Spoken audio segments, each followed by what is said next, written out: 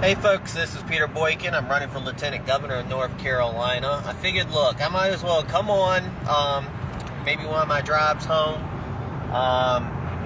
Don't worry, I'm not looking at the messages. I'm driving, but I'm not paying attention if anybody pops up or anything, says anything. So I put out 3 articles today of GoRightNews.com. One of the articles has to do with California having to, they raised their minimum wage. Just not a bad thing when the cost of living is high, but the cost of living is so high in California, it's astronomical anyway.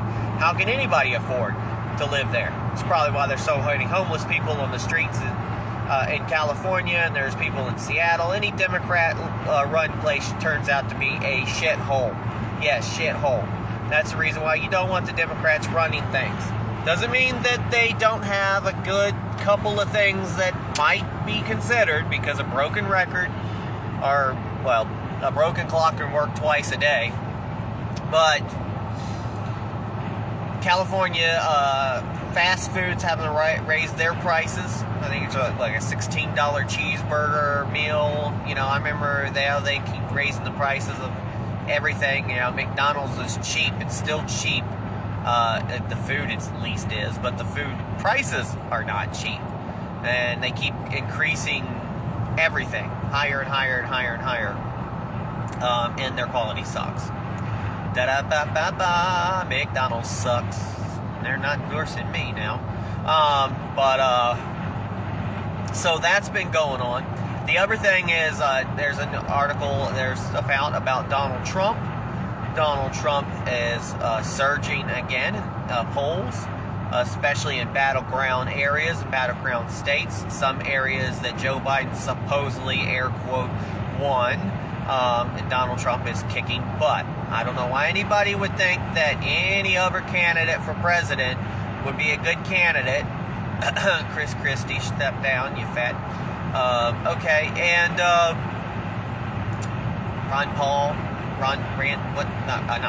Ron DeSantis, go back to Florida. I mean, if you're such a good governor, just stay there in Florida. Leave Donald Trump to do what Donald Trump needs to do, and maybe you could have ran the next time, but I think maybe you burned your bridges. You definitely burnt your bridges for me. I haven't seen not one person on that stage, really, that I'm interested in for the Republican president, except for Donald Trump, and he didn't even have to be on the stage. There shows you how bad things are. And hopefully, when Donald Trump is gone, if Donald Trump can find a candidate that can replace him, who can do a good job, I'm hopeful for that. But I don't know if this is the best the Republicans got for president beyond Donald Trump.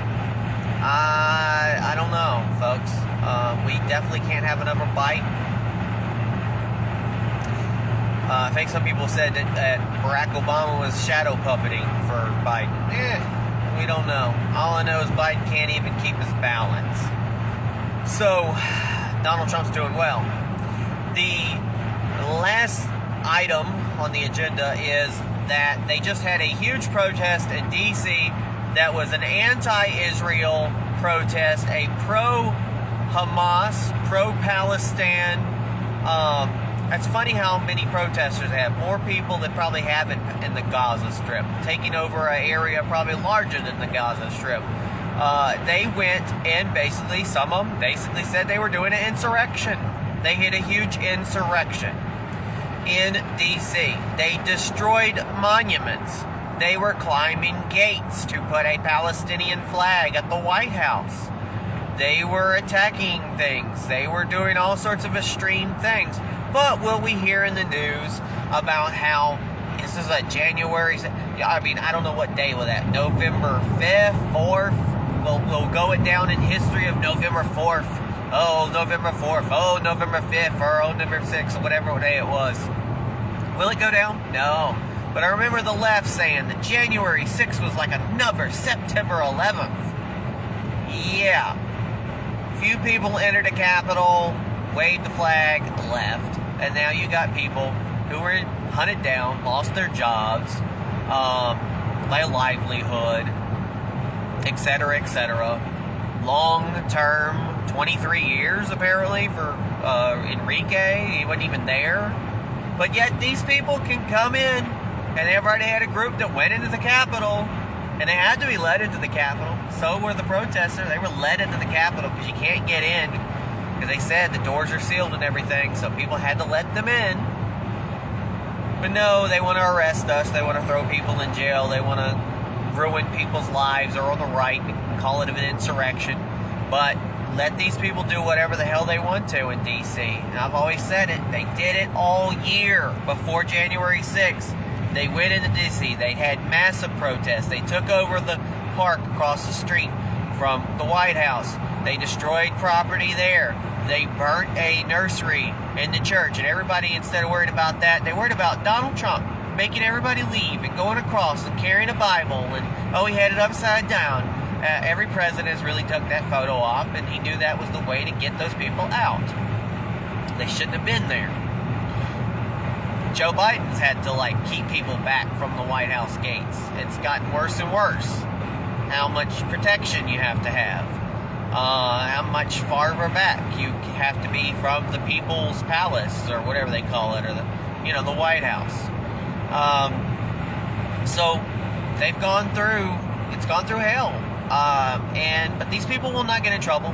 You won't hear any ringleaders. You won't hear about BLM. You won't hear about these pro-Hamas groups. You won't hear nothing about these people. You won't hear them calling in the ringleaders. You won't hear anybody getting any jail time. It's going to be compared to nothing like January 6th. They're not going to say it. It's going to be a hush. Nothing's happened. Nothing will be heard. And move along, please. Nothing to see here. It's Officer Barb Brady going, nothing to see here. Nothing to see here.